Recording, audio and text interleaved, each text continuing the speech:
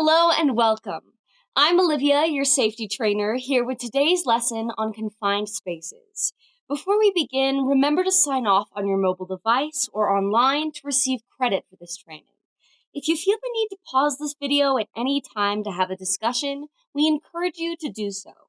In some industries, it's necessary to work in or around confined spaces. These spaces require extra caution to ensure employee safety. Entry to these spaces must be rigorously controlled to prevent serious injury or death. A competent person must control permitted entry, issue permits, fill out written permits, be aware of hazards, and provide information to entrants. The competent person must be authorized, trained, and have full knowledge of the hazards, procedures, and rescue techniques involved with confined spaces. In this lesson, we will discuss examples of confined spaces, the entry team roles, safe work practices, and rescue procedures for confined spaces.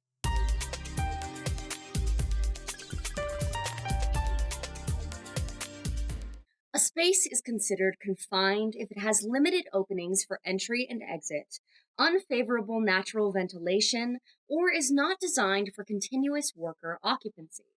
Some examples of confined spaces that you may encounter through your job include, but are not limited to, drain tunnels, electrical vaults, missile fuel tanks, vaults, silos, storage tanks, tunnels, pipelines, manholes, and sewers.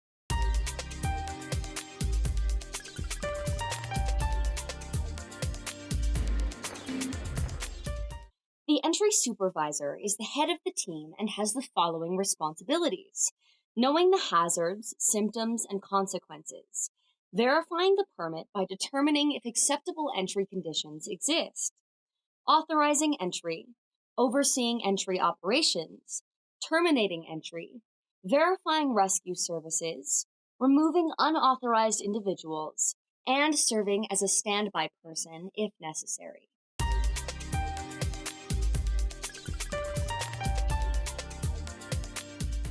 The standby person is the employee responsible for monitoring conditions of the confined space from outside of the entry point and has the following responsibilities: knowing the hazards, symptoms, and consequences, being aware of potential behavioral effects, monitoring entrance and maintains count, monitoring hazards and activities inside and outside of the permit space, remaining outside the entry point, communicating with entrants, controlling entry points, summoning rescuers, and initiating and performing non-entry rescue if required.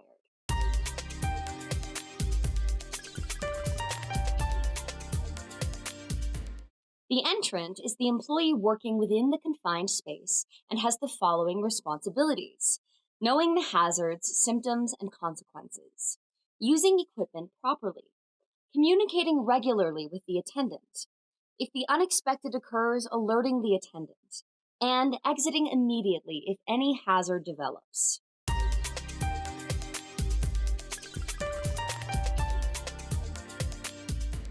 When possible, a robot or drone should be sent inside the confined space instead of a person to avoid putting employees at risk if unnecessary. If using a robot, be sure to do the following: inspect the robot or drone for malfunctions or broken parts. Report any malfunctions or damage to your supervisor, and do not use a damaged robot or drone. And only a person who has been trained should operate the robot. Ensure that you're complying with all the manufacturer's instructions when operating a robot or drone.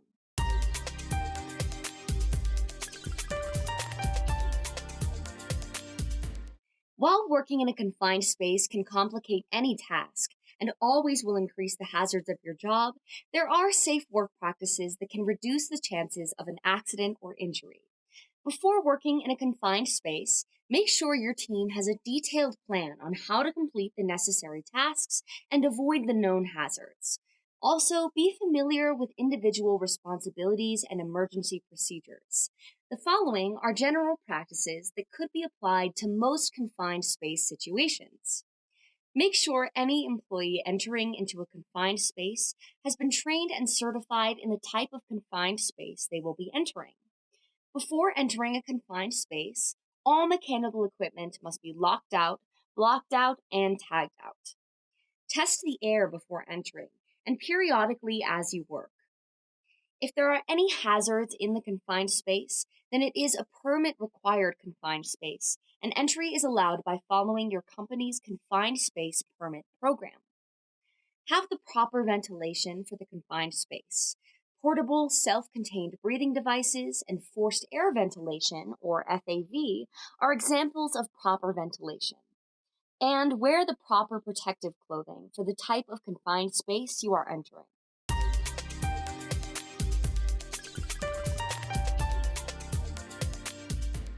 More than 50% of confined space fatalities occur among people trying to make a rescue attempt. It's extremely important to have a second person remain outside to summon for help or offer assistance. An emergency rescue plan should be planned before an entrant enters any confined space. Equipment such as tripods and winches, which aid rescue procedures, must be available in case of a rescue. A qualified standby person should be trained in CPR. Maintain communication with those inside the space visually, by radio, or by field telephone. And if an emergency arises, the attendant or standby person should not enter until help arrives. In conclusion, all employees who work in and around confined spaces must be trained in order to acquire the understanding, knowledge, and skills necessary to safely perform their assigned duties. Knowing the hazards involved, rescue procedures, lockout, tagout, and the use of protective equipment will provide a safer work environment. For permit documentation, refer to the company's confined space program. If you have questions about this lesson, please speak to your supervisor. Once again, sign off on your mobile app or online to get credit for this lesson. I'm Olivia, your safety trainer, reminding you to be careful and stay safe out there. Thanks for watching. If you liked this video, please visit our YouTube channel for more safety training.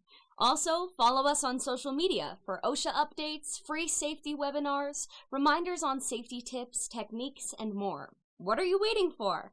Like, follow, or subscribe today, and stay safe out there.